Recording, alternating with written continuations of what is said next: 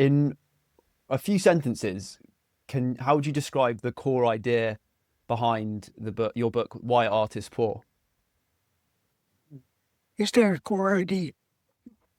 Um, I think the title doesn't really cover the book so well. It was, the publishers thought of the title, which was a very good choice because part of the success of the book rests in the title, I'm quite sure.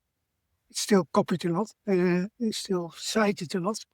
But the core, I needed the table of contents. It's quite broad. Yeah, are the arts so attractive to youngsters and whoever? But it's also about subsidies, more so than I'm interested in now. But cultural policy, I think that's in the last chapter. It's about the cost developments in the arts and if they're always necessary. Those things. It's all Yeah. a bit economic. In those days, it was already quite sociological, but later publications by me are more psychological.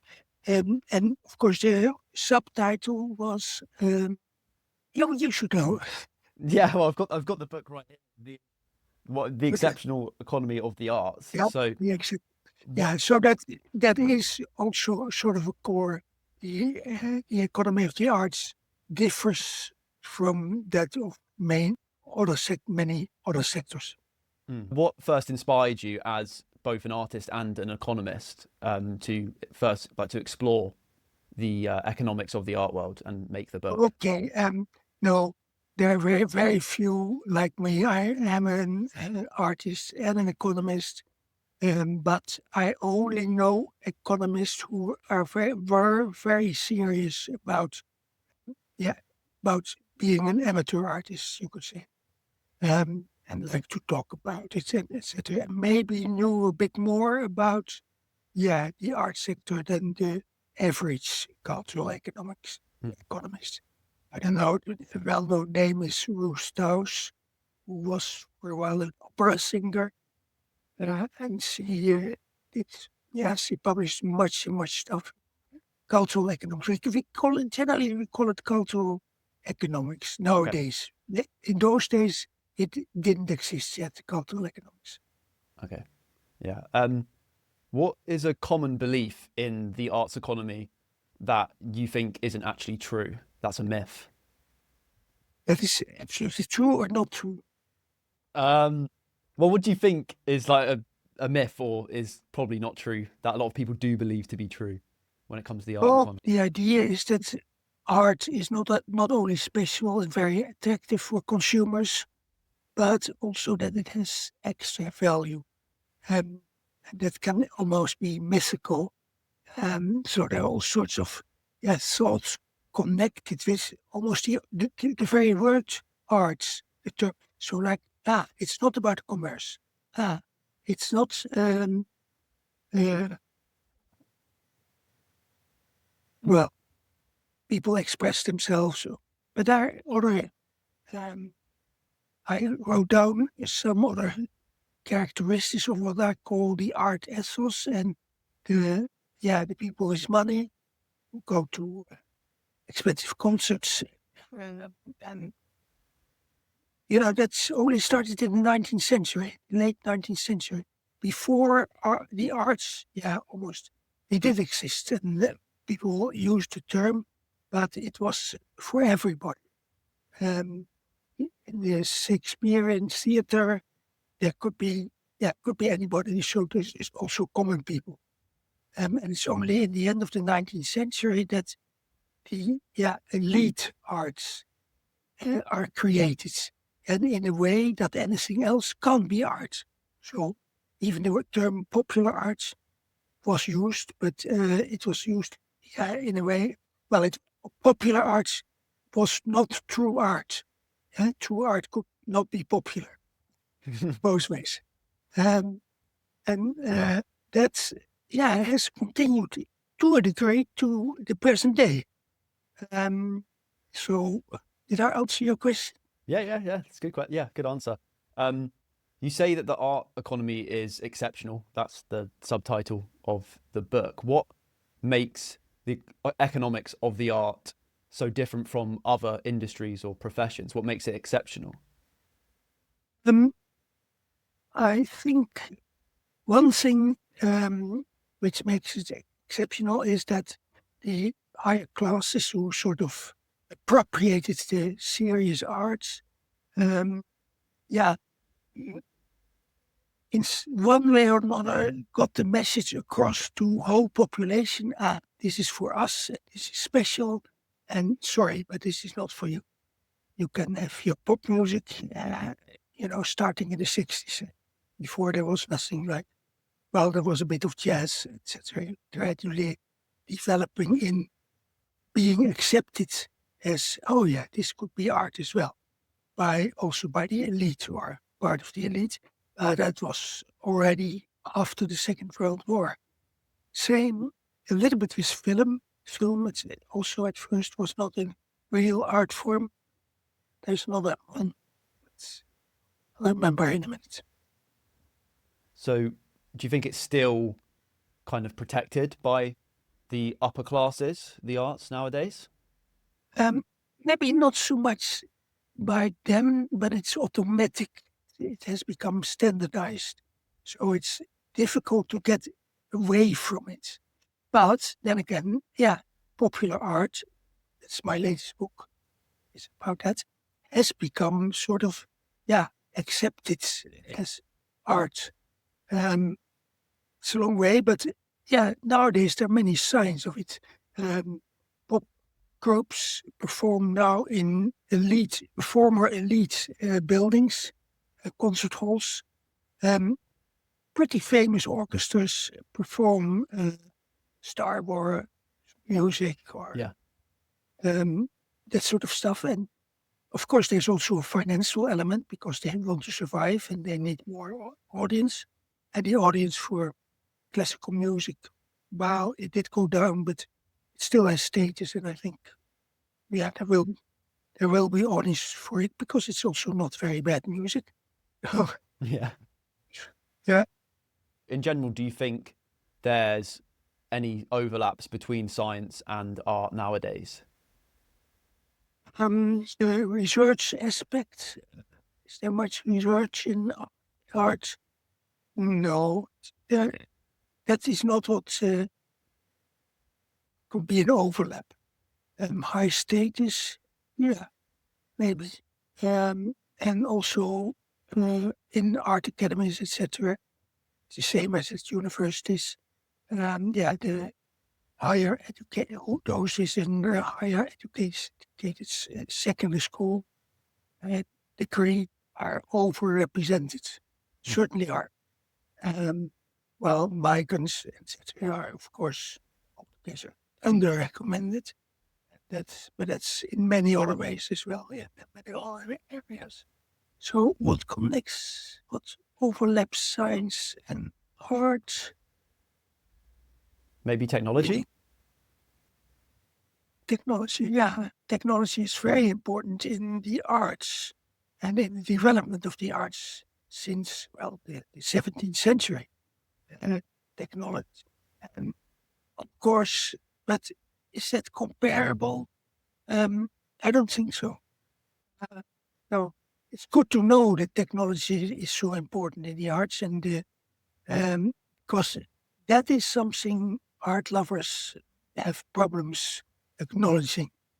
That's for instance, the Steinway piano, the large horizontal piano, replaced the piano which was straight up, was more expensive, of course, but could provide a much larger hall with enough sound which is like loud enough.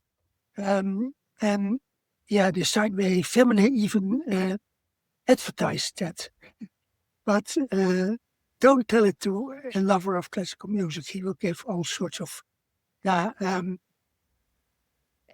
aesthetic reasons. So he has turned the picture but it was not how it came about.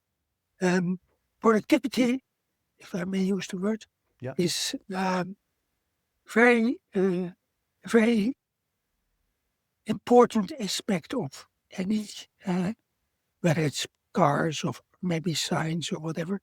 Um, and but the arts generally lag behind.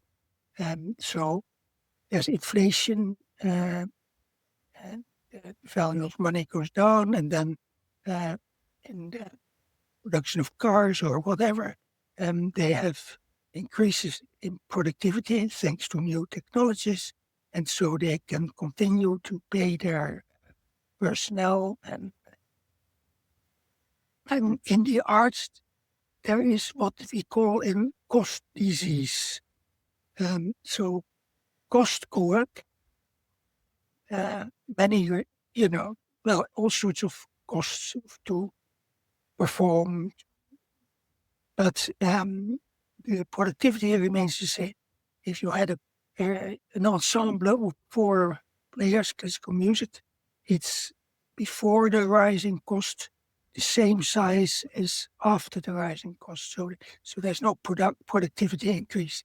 And that's because we have a fixed notion of what is good art. Now, of course, there could be a major increase the moment you start to use microphones. Not so much with the small ensemble, but with a big orchestra. That could already make much difference. But that's something out of the question usually is. In theater, it worked, the microphone, Yeah. little microphones. And then the artistic possibilities come next. They are not first, but next. I'm not sure. Sometimes they come together. Yeah. But that is also an explanation, part explanation why salaries are so low in the arts. When costs continuously are rising all the time, the money uses value, etc. You can only save on paying your performers or artists less and less. Well, there's a limit to that, of course, Yeah. but the pressure is down. Mm. You get it? Yeah. No, I understand. So what do you think the role of AI might play in productivity or in the arts in general? What do you think about that? Okay. I am not yet very well informed about AI. There's a lot being written about it just now, but I didn't read that much yet. But yeah, well, there's something we should also talk about. Yeah. And that is AI may play a role in that. AI, I think, almost invites artists to multiply, to have large series of their products, maybe even products which before, well, wouldn't have been multiplied, would have been unique, are now, when they're produced with AI, it would almost be strange not to have them in there, especially when it's flat, but also music, yeah. Um, and multiplying has a strange effect. There again, the elite was not happy when photography, the audience didn't like it, and that maybe caused that some photographers even made very small series, 2 or 3 or 4 copies. I don't know if you know, but Yeah. for a while that was quite a way to earn more money. Also, I think if they had a dealer, the dealer might have worked out, oh, with 3 you earn the most. Don't do 2, don't do 4 or 5, 3. And that is the same as with an etching or so the people can live with that. But there was a time when I made a series of dry point, which I made 15, and I noticed that it was very much people loved it a lot, and it could probably sell 30 for the same price. So I asked one of the buyers, because you are cheating, if you if he, I asked all of the buyers if they could agree with it, and one of them didn't agree. He Oh, was very much against it. So he didn't want to share with a larger group. But large series can. It's hard. It's almost strange not to go for a large series. And then, I don't know if you've heard of Walter Benjamin, but he argued that, that it goes almost against the nature of arts to yeah, make large series, and especially work with products which was new in his days, photography and video, film, which in principle can be multiplied indefinitely. So that as buyer or a producer, in the back of your mind, oh, well, it's not going to be more than 10,000, but that it could be much more, is already painful. Benjamin would say work loses our this magic of art. yeah. Okay. Well, do you think scarcity still plays an important role in the value of art nowadays? Because, like you were saying, you can create prints of maybe like 30 pieces, but No, it's plays a role, maybe not among many people, but in small groups it does. And the NFTs, those where they can digitally control where the work is and who owns it, and limit the number of works. They became extremely expensive for a while. And and now, maybe I could even make NFTs, but it's at the top. It was. But then again, they went down over the yeah, last yeah, I don't know, half year or whatever. So even there is people who understand. Oh, but this is phony, something like that. And maybe the the object, which was usually digitally produced, they didn't. In the end, they didn't like it so much. I don't know. Mm. Do you think We were for competing with other very rich people, yeah, and yeah, that is still nice in the arts. Well, it feels nice for people that we're competing with. Is the top of the world, somebody in India, Korea, um, through art, not through cars or whatever, but that's still this high esteem of art. mm. It's plays a role. Do you think with the expansion of the internet over the last few decades and kind of everyone becoming more connected with each other, do you think that's playing a role in decentralizing where the like classic art hubs are? Because obviously it'd normally be London, Paris, New York. Do you think because of the Yeah, internet, people are the expanding? internet helps globalization, certainly in the case of music, but techno, house, they understand one another, they learn from one another, and sometimes they even have physical contact. In the end, that's still important. Yeah, Yeah, yeah. but what was I? Oh yeah, uh, globalization. But your question, I had another answer. So do you think the Oh yeah. like major cities like New York and London and Paris are still going to be super important for connecting people, or do you think because of the internet's kind of globalization and making everyone connected, it's going to make them cities less important? It is still too early to give a definite answer. And what I read about it is that experts do not agree with one another. I think the ones who are a bit pessimistic are pessimistic because the big cities, maybe not the big cities, but people in the Western countries, the artist, they what's the word? They annex. There's another word in English. Appropriate the art of other groups. That's been done, ever since Bob Marley. But yeah, it could be that now it's more unnoticed through because it goes through the internet. And can I say something else about the internet? Yeah, of course. Um, the the question is who is still artist and who is not on the internet. Well, I think already in the physical world, it's already strange to say you needed a degree from an arts academy and artistic, because there's so many self-taught artists, etc. But yeah, it still is a good sign.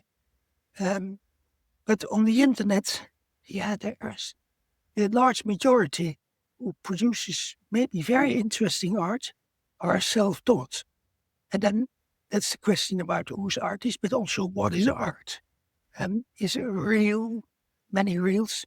I would call them art in a broad sense. Mm. And then, women or boys who perform on Instagram, maybe even are influencer. Some do it very well, and I would call them actors.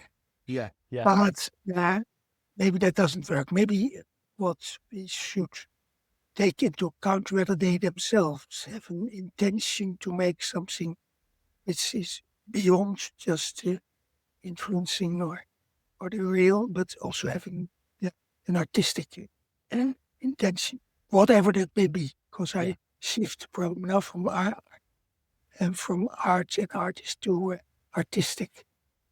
Yeah. But maybe it's easier. Well, it's more a floating concept than art and artist. Well, another replacement is, of course, creator. But that again is an extremely general term. Yeah. And in that sense, also not very helpful. Because then you get the whole cultural industry there. Well, I like to think about these issues. Yeah, it's really interesting. In your book, you say many governments try and subsidize the arts to help artists, but you suggest that this can actually keep artists poor. Would you like to explain how that paradox works? Maybe not anymore, but in the 70s, 80s, 90s, no, still certainly whole end of the previous century, subsidies attracted, people who already made fish started to think, oh, there's always subsidy.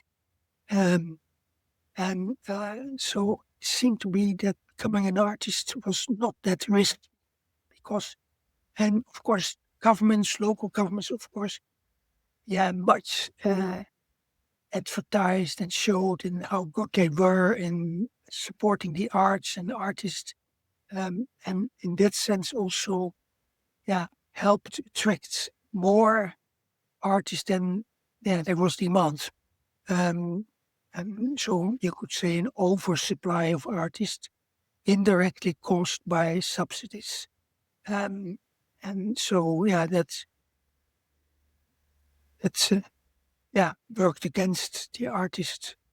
It's not, now I'm sometimes a bit uncertain.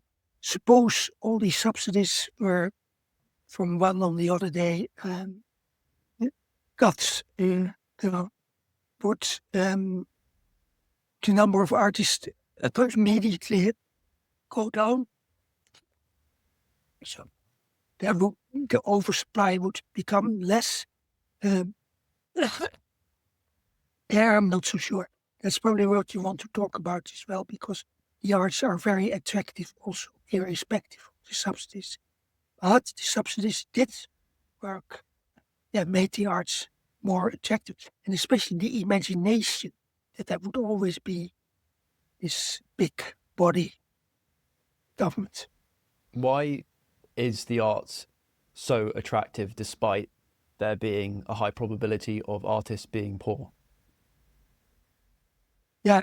So the arts appear to have to offer things which are important for youngsters more than many other areas of production. Um, and then the one thing which comes first for me is that the youngsters imagine that they can express themselves. And that is not, well, there's some truth in it. I couldn't think of other professions where it's so also you're invited to express yourself.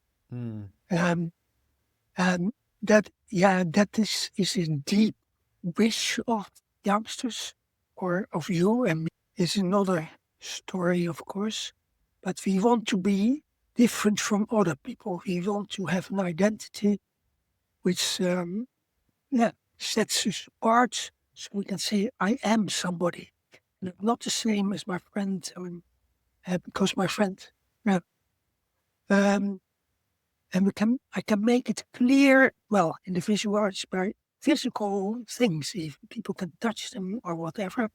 In music, that's different, but yeah, performing on a stage is also unique. You produce something unique, even from one performance to the other, differences. And yeah, uh, that is attractive, but it could be you could become disappointed in the end that it's less expressive as you wish that were. That well, low income is of course also a problem. You may have been happy with how you could express yourself, but then you get a girlfriend or a boyfriend, and he or she, yeah, also makes demands, and we want to go on holiday or we want a car, so it becomes harder, and you have to be almost tough to go on. And yeah, Is that something you experienced personally, that kind of struggle with during? no, I was lucky, but I did something which I didn't intentionally, but could have done by now intentionally. Is I got educated in two kinds of jobs. So nowadays we call it a portfolio career. Uh, so I organized my own safety net um, by studying economics, becoming uh, the professor, and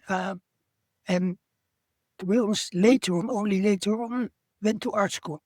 So maybe I was even already aware that if I went to art school, I my risks were less than of many other people's.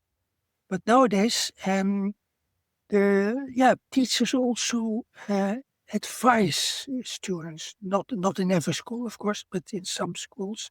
Well, maybe it's not a bad idea, and it doesn't have to be a completely different job. It can also be a little bit art related. Artists are now in demand in all sorts of sectors of production, and the better schools also prepare artists for these different jobs if they want to. Well, let's say a musician who can work with old people with handicaps or something like that. Um, they can already do internships during their art education. And I think that makes sense. Um, why does one always have to be a full-time artist? There's nothing wrong with it, but in a way, it's also nice for society that a larger group can be involved in art.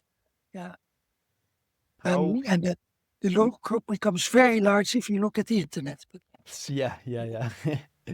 You mentioned the importance, or well, the abundance of self-education um, in artists nowadays, especially. How do you think the importance of going to an official art school has changed over time? Do you think it's still really important to go to an art school, or do you think it doesn't matter as much?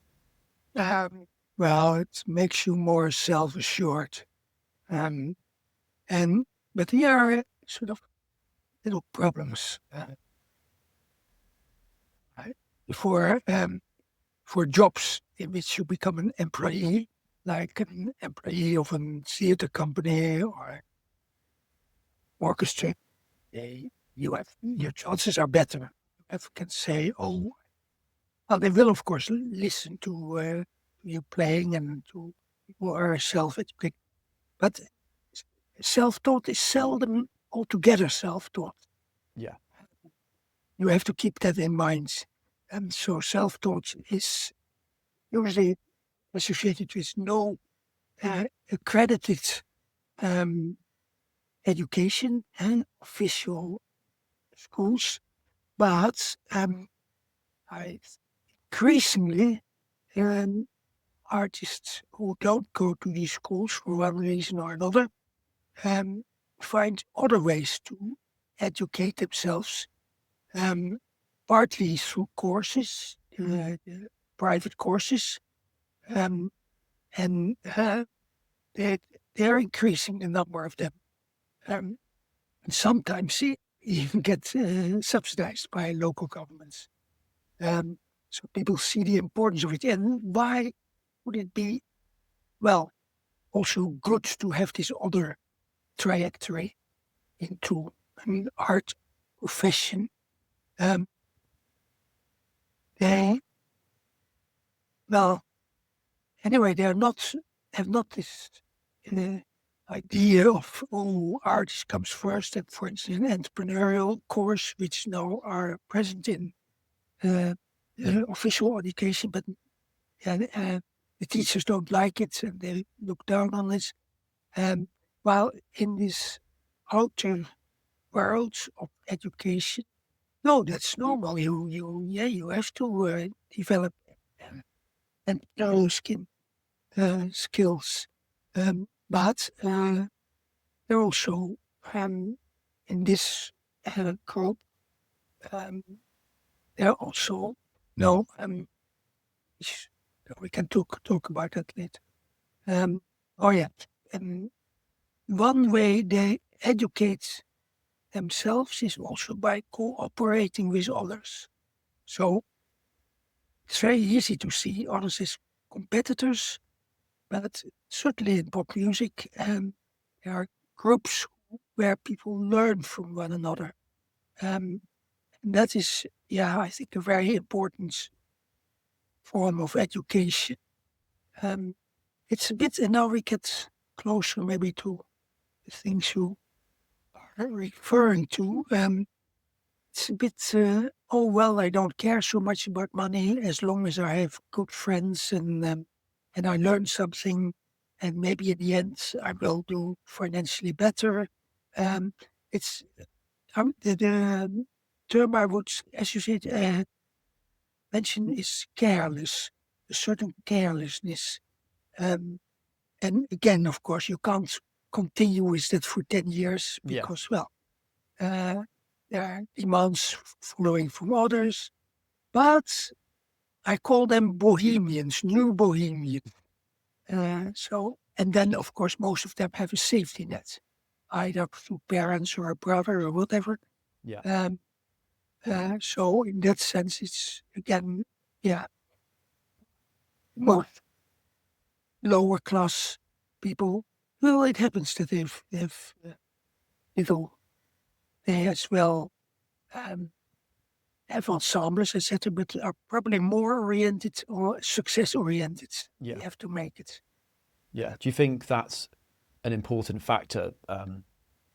Like, I guess, social class or what class you were born in? Do you think that makes a difference to whether you end up succeeding as an artist or not in terms of work ethic and desire for success? There's been a lot of research on that, and the outcomes are very disappointing, especially in England. They've done the research, maybe because the class thing is still people on people's minds in England. But yeah, women are much worse off. And my concern was of in any area, but dark people, maybe it's not as bad as it was, but women are, and also for ridiculous reasons, like they interviewed some classical music conductors. That's 30 years ago, but still. And they gave very stupid reasons why women were no good in the orchestra. They distracted the men. Come on. Well, they were not strong enough physically, Really? whatever. Yeah.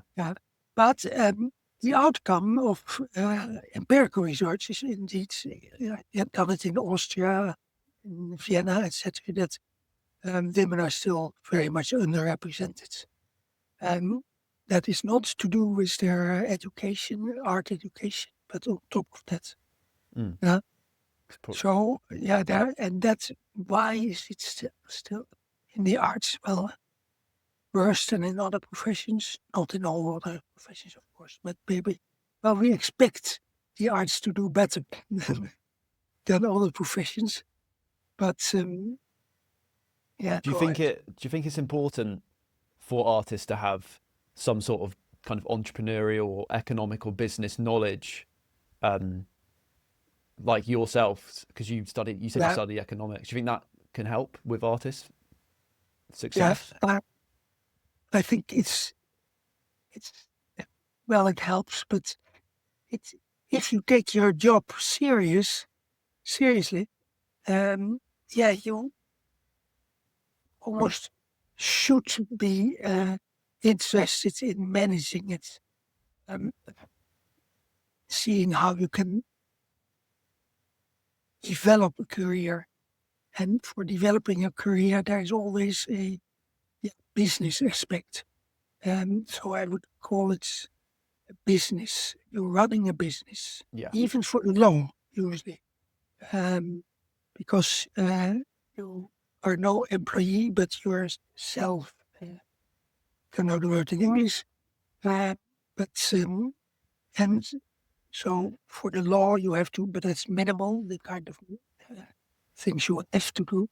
But I would say if you take your job serious, you take management serious as well. Self-management, you call it. Do you think most artists don't take that side of things seriously, and they should probably take the business side of things more seriously? Yeah, it's funny. I mentioned these new bohemians. You would expect them to be least concerned with business, this carefree style, etc. But it's a style which also is oriented on careers, and they so these pop groups, etc. It appears that they do it for fun, and but in between the business aspect is taken serious.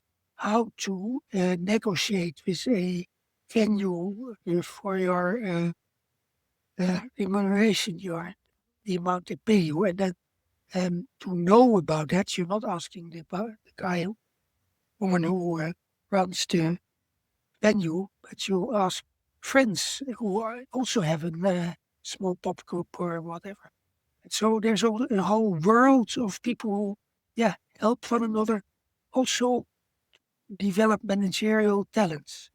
So there I find, as far as people, I know this area, little conflict between business and art, money and art.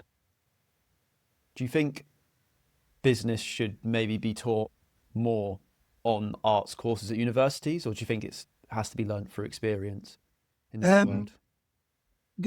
It's being done now in quite a few schools, but it appears that students are not happy with it. They've done research, and also 2 or 3 years after leaving the academy, they think it could have been done better. And there is of course a major problem if this one person is educated, has the course, runs the course, entrepreneurship, but most of the teachers say, "Oh, this is a waste of time. Oh, these students should work, play the piano, but not waste time on Why do they think something." that? Why do you think they think that? Well, that's still the old idea. And also in some, in music, classical music education, technique is so important. So Mm. you have to exercise every hour almost to. That's the idea. Huh? Yeah, it may not be true, but the Russian kids still have to exercise a lot. But still, yeah. So entrepreneurial skills.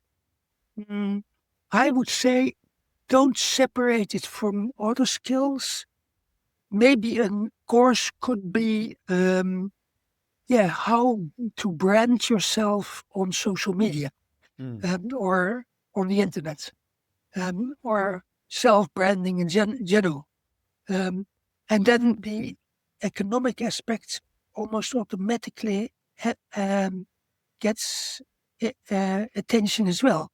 The entrepreneurial aspect, because by branding yourself, you have to stand out.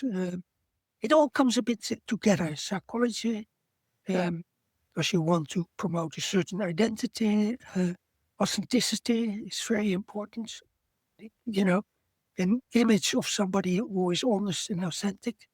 That again, authenticity is also explains part of the attraction of art.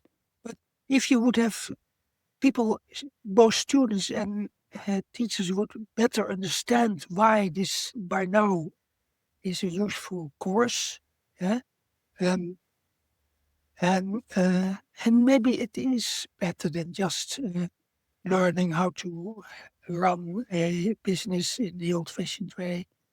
Um, yeah, How do you how does it differ from when you were studying art or when you were in your 20s? Was it much harder for you to brand yourself and sell yourself compared to uh, nowadays? yeah, you needed others for it very much. Dealer, uh, impresario, yeah, and without it, it was, well, yeah, almost impossible. But yeah, there were, of course, some artists who managed to stand out by making something which drew much and much attention. Some painter who uh, painted bodies who were being uh, devoured, and then they got attention in the papers, and maybe at that moment were approached by a manager or found the manager themselves, and then it got going, and they kept keeping up the brand. But of all the um, visual artists who were around in the Netherlands and who earned some money and quite a few, maybe could make a living, this was a very small group. But it still happens, and of course, museums, major museums also uh, like to cooperate and bring visual artists. Uh, Yeah. What's your experience been like with gallery dealers and art dealers in your career? my experience, yeah, it shouldn't be just business. Huh? There must be some personal attractions over there, both ways.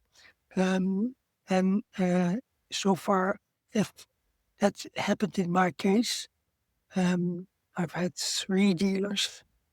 Um, and the business side is a bit of a problem because the second dealer, he went along very well, and he was he managed to sell my work pretty good. Um, but he didn't pay me. So, Classic. Yeah. Why did well, he pay you? anyway, he had a money problem, of course, a Oh cash yeah. flow. Yeah. But still, that was unpleasant. Did you Yeah. end up getting paid eventually? Oh yeah, yeah, yeah. But I had a friend a colleague who also he didn't pay, and the friend, I was just saying, "Oh, come on, I have to pay the rent of my studio. Please pay me now." But his friend, different backgrounds, and he threatens to make a legal Yeah. case out of it, uh, and that was certainly what he should not have done. Did it not work then? Did he not get the money after threatening Yeah, him? but the threatening, that's the dealer must still have the feeling, oh, I'm a mecenas, I'm the good guy, I help my artists, and then if artists start to protest in a way like that, it doesn't. Okay, yeah, I'll take that into account. I won't go threatening any dealers. But so, what was your third dealer like compared to the second one? The first dealer was nice. Yeah, um, he was nice, but commercially not so good. So that was why I moved to the second dealer. He was, yeah, maybe a bit too much friendship. So yeah, he wants to be friends, and I want to be friends with him. But it didn't help my career so much. Yeah. Although I made pretty homoerotic art in those days, and that was anyway difficult to find a dealer for that. And this guy was not gay, but he liked the idea of having somebody, which would be a bit problematic to sell his stuff. Second dealer I told you about, he was gay, so Okay. commercially he did better. Yeah. What about your last dealer? You said you had three. The last dealer was a woman, um, and that was really well. I with my secondary dealer, I participated in an art fair a few years, year on year, and that already is quite prestigious. Yeah. But there I saw this woman and her place where the kind of art she tried to sell, and I started to make jokes with her, and we got sort of a relationship. And then when I wanted to get rid of my commercial dealer, I went up to her and said, "Oh, could you be my dealer?"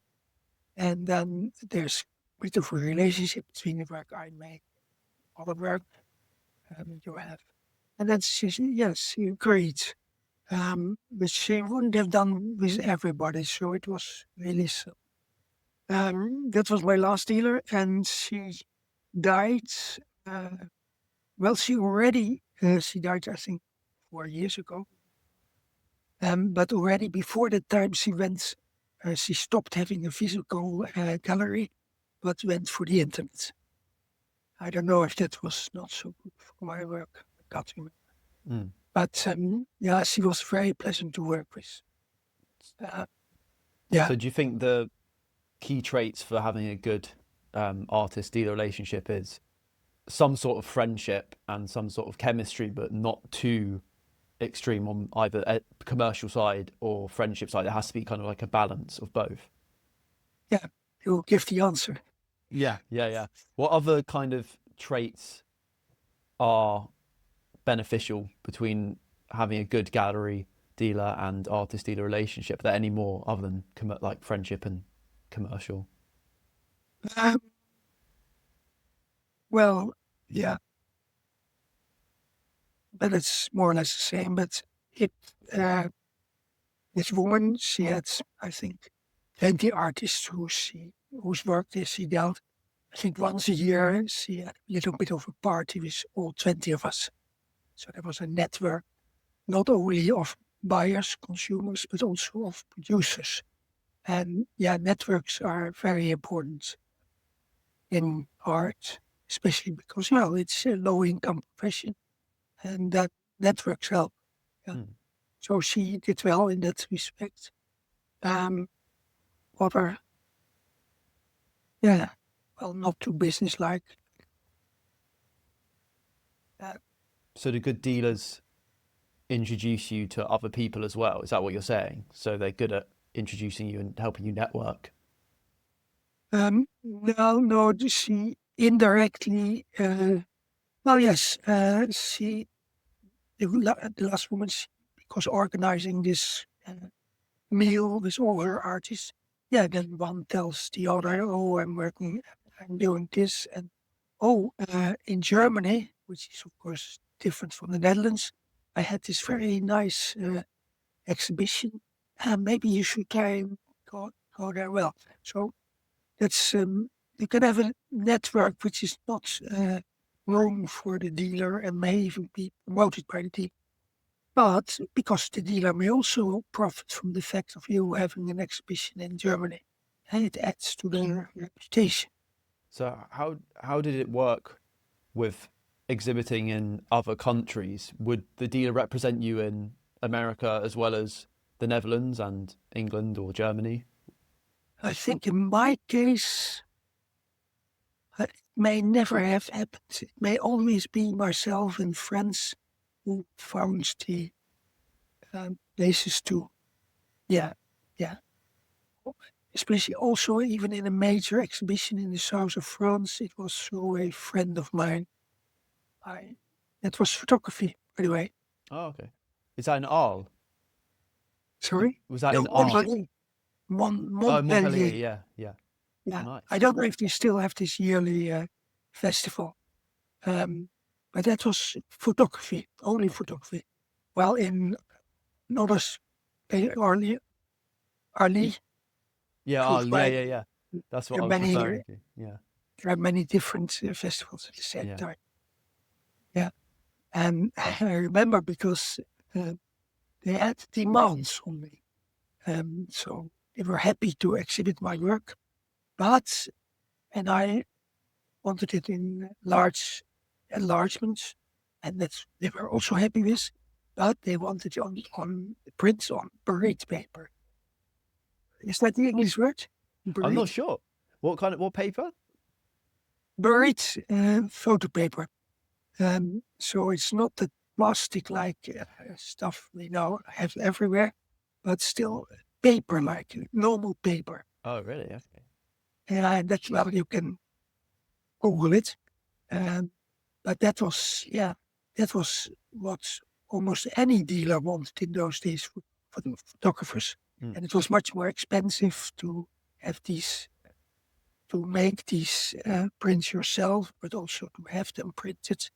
So that's what I remember because I had to spend money on it. Yeah. But then again, they automatically bought one big work as festival. So it was all right. Oh, okay. How come you don't have a dealer now? You said the last one died 4 years ago. Have you not got a new one? Yeah. Well, in that period, I wasn't making art at all. I only was writing. And I wasn't sure if I would ever start drawing again. Um, but now I could try to go for a dealer again, but it's too much hustle. And yeah, and also, yeah, you have to go. If you don't know people very well, you have to show up with some examples of your work, Yeah. a portfolio. And I don't feel like it anymore. All this, yeah, either be rejected, well, they will react to you in a nice way, but also if they're interested, they will have all sorts of demands and things. And I've, I made a lot of works and I sold a lot of works. And now at the moment, I don't know if you noticed, but I still have a lot of works because if you make that big drawings each week, there are 52 weeks in a year, it adds up. So I- not that long ago, I counted everything I had. So, and I also have it in an Excel sheet. And it was, I still had 500 works while I had sold 500 works, which is a lot, of course. Yeah. Yeah, yeah, yeah. And so I should be glad about that. But so I still have these 500 other works, and now I'm giving them away. Oh, you're not So selling them now? no, Oh, okay. Ah, well, And it's fun. yeah, If you yeah, yeah, like it. Yeah, yeah. yeah. How? And I know that they will be on the wall for another 2 years, Yeah, which is great. Not yeah. just in this. Okay. Um, how you mentioned about rejection, and how it's common in the art industry. How can young artists overcome their fear of rejection? Um, yeah, you have to be very professional and do that. To be honest, I've never been rejected. In I was good in sort of making small talk and all that sort of stuff. So I already, at some stage, I already knew, oh, it's very likely that he or she doesn't want to go on with me. So there was never an official rejection. But that's not the way most artists do. Maybe that's something I'm good at, Hmm.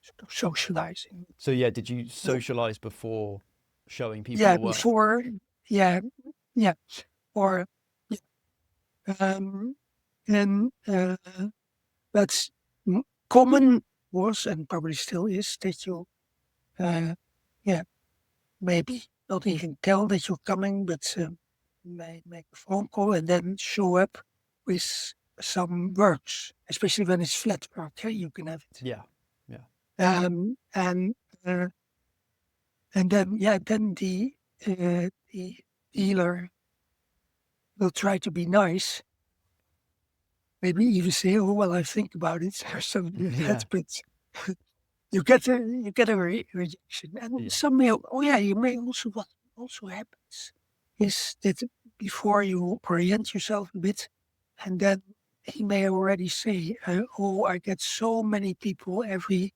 I get 4 people each week," and sure, yeah, So did it's you? probably true. They do Yeah. get many people in those days, maybe not now, but So with I your think now method, it goes more indirectly. yeah. So an artist knows an artist who already is with a dealer. In music, yeah, it's all a different story, of course. There's also gatekeeping, as we could sometimes, in a much more complicated way. So when you said how a lot of artists walk into galleries unannounced, not telling them the dealer that they're going to come into the gallery and show their work, and you said that you often would just start small talk. Where would you be starting small talk? Would it be at like parties or events, or would it still be in the galleries, No, uninvited? I think because in those days there were probably no overlapping parties or whatever. Well, I would visit the gallery a few times, show interest in the work which is already there, ask him or her, uh, why did you put up this painting? Well, over there was not, it's not a one, uh, something like that. You have, and then, yeah, he or she knows that you're interested in them and have opinions on art, etc. So they will, if you then say, well, yeah, you probably say, well, I would like you to show some my own work, and then he may already say, oh, sorry, but we are fully booked, Mm. Or may say, well, show it, and then maybe in the long run, but he will already make clear that he will not suddenly say, oh, this is it. Okay, and then you come and show it, and you have a serious conversation about what's good about this work and what's less about this work, which is already very, yeah, pleasant because you get feedback from an expert, I would say. Mm. So then the whole process, yeah, and maybe he suddenly says, oh, well, yeah, in a few months I'm going to have this exhibition where I have 4 artists showing work. Maybe you could be the fifth, something like that. Mm. Yeah, that's good advice. How often would you do this? Would you go to many galleries over the course of a month, or would you do it every so No, often? no, I would go. Well, what I did was certainly not more than 6 times a year. Okay. But you can do it more often, of course, as long as these gallery owners or dealers don't know one another so well that they tell, "Oh, he was there last time, and his work is nice." But to a colleague, then it doesn't work. In terms of pricing your work, how do you do that? How do you come up with a price for your work? Yeah. Um, Again, a funny story. First time I came to a gallery, and it happens to others as well, that when you have your first exhibition, the the um, uh, the dealer says, "Oh well, how much should I charge for this drawing or painting?" And then you think, "Oh, it's my first time, etc., and I really want to sell." And you say, "Well, £100."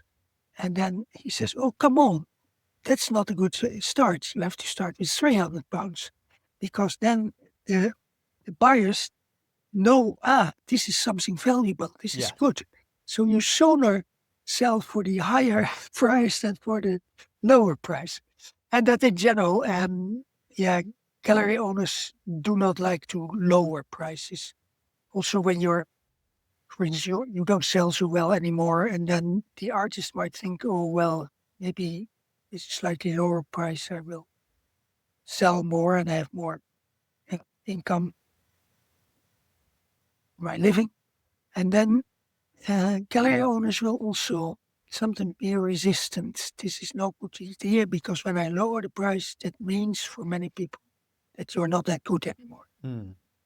So people read prices, and it's not only dealers, but also buyers. And I think in any art direction, that's more or less the same. If it's a very expensive concert, then it must be good. Yeah.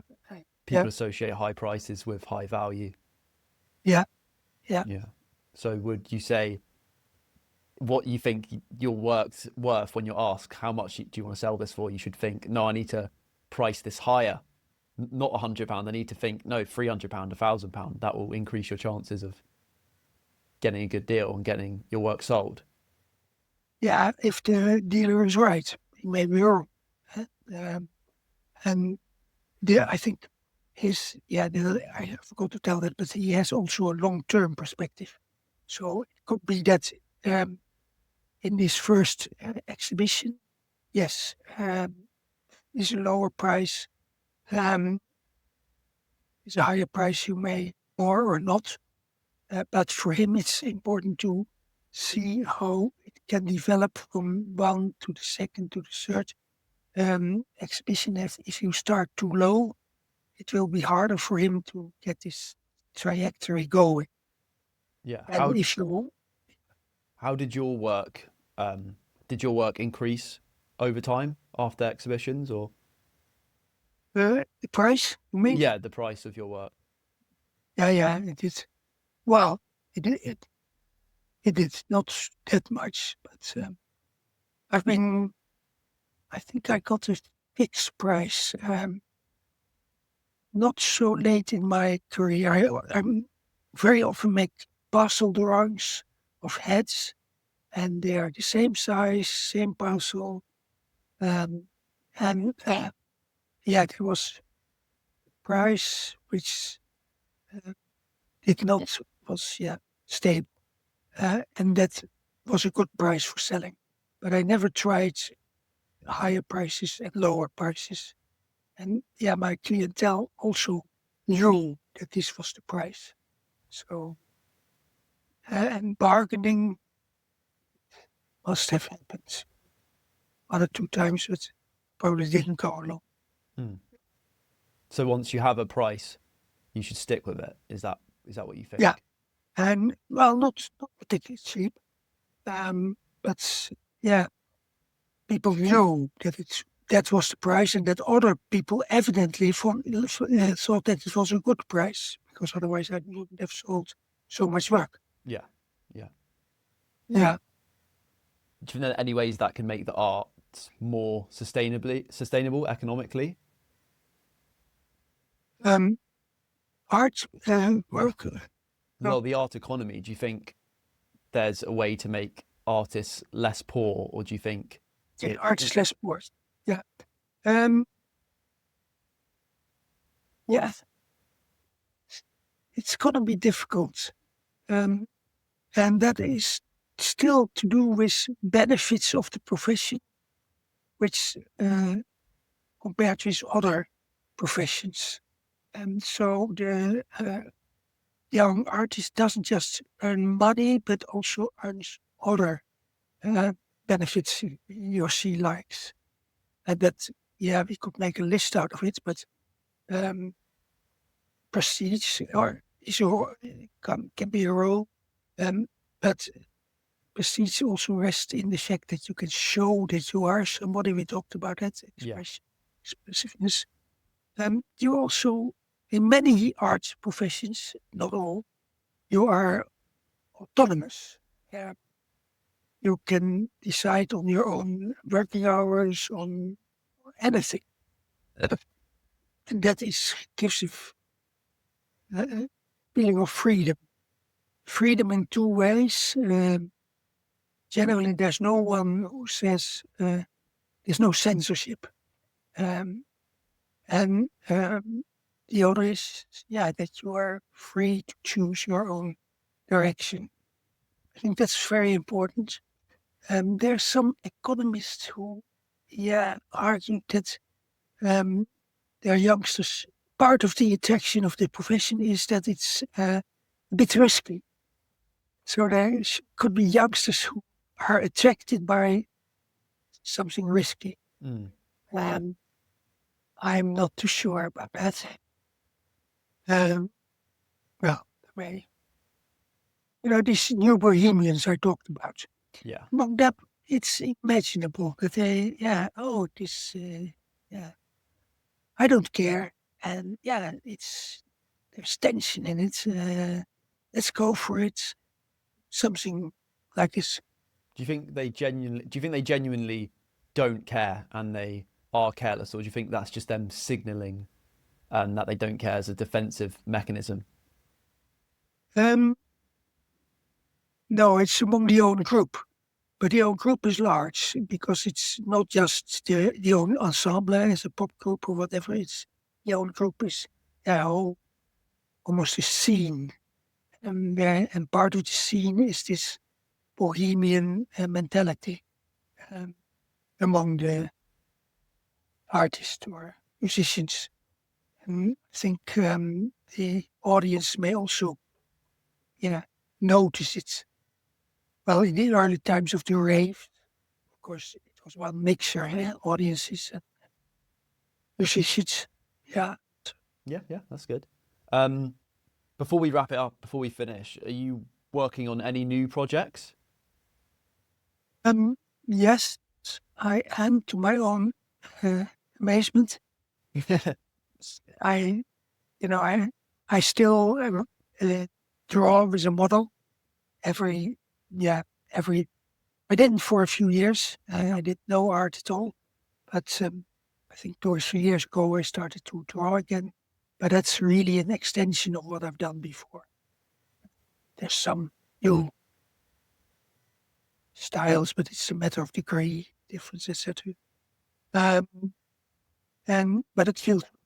Good. And then I'm working on photographs. Okay. But I've always worked on photographs. Yeah, could see that on my website. But what I'm working on is new for me. Um, and yeah, it's hard to explain. I think on my website I already published some stuff. And there's one, yeah, call it the series The Human Animal. And then you see mainly bits of skin. So when you walk into the room, you see this photo of skin, and you wonder, what is this? And it's not immediately clear that it is, yeah, even life. And then maybe you look better or there are more photographs, and then after a while you decide, oh, this is human. Mm. And that is what I like to produce, showing different kinds of photos, is that the human aspect is very limited if you compare it with other animals. And I'm not going to take photos of other animals. It's just this. People have to do it themselves. That's maybe one more thing about art I can say. It's not just the artist who makes art. It's also the audience or the buyer they make their own work out of the painting, out of the photograph. And in this case, I hope that they make an animal out of the photograph. But if they want to make something else, if there happens something else in their head, it's perfect. Yeah. Sounds fascinating. Yeah, but it's that's a bit of a theory I have, but I think people do that almost all the time. They construct their own artwork. Well, I don't know if you have to call it an artwork, but I call it an artwork. By getting into an artwork, whether it's painting by Turner, a train coming out of I don't know if you know this painting, in the mist, and then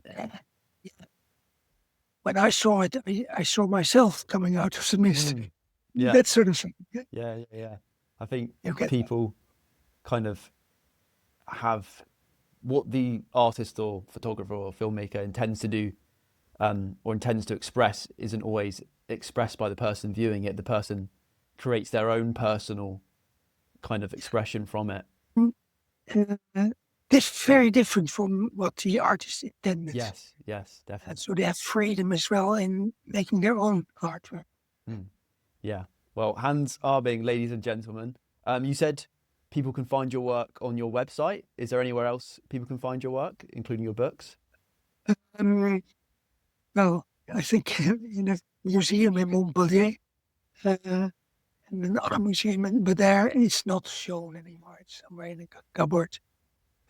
So seeing my work, it's no, you have to know people in Amsterdam. No, That's a great thing, by the way. I walk into a home where I've never been before, and then I see a drawing by me. wow. That must be really cool. It happened a few times. It must But be it's mainly Amsterdam that's in various homes. Yeah. Well, And it's even sold secondhand by now on a platform. well, if I go to Amsterdam anytime soon, I'll be sure to try and keep an eye out for your work. But it's a pleasure speaking to you. And I'll leave a link to your website and your books in the show notes so people who are watching this can check it out. And mention the latest book, because that's... Yeah. What was the latest book called? It's in my mail. Okay. So find it, the top one. Two, and it's called The Economist of Serious and Popular Art, How They Diverged and Reunited. Oh, brilliant. Yeah, no, I'll leave a link for that for the audience to check out, and I'll try and read that book myself, and then we can have another conversation about it in the future. But okay. I absolutely loved your book and really love your work, so just keep it up, and look forward to speaking to you again soon. Okay, thank you.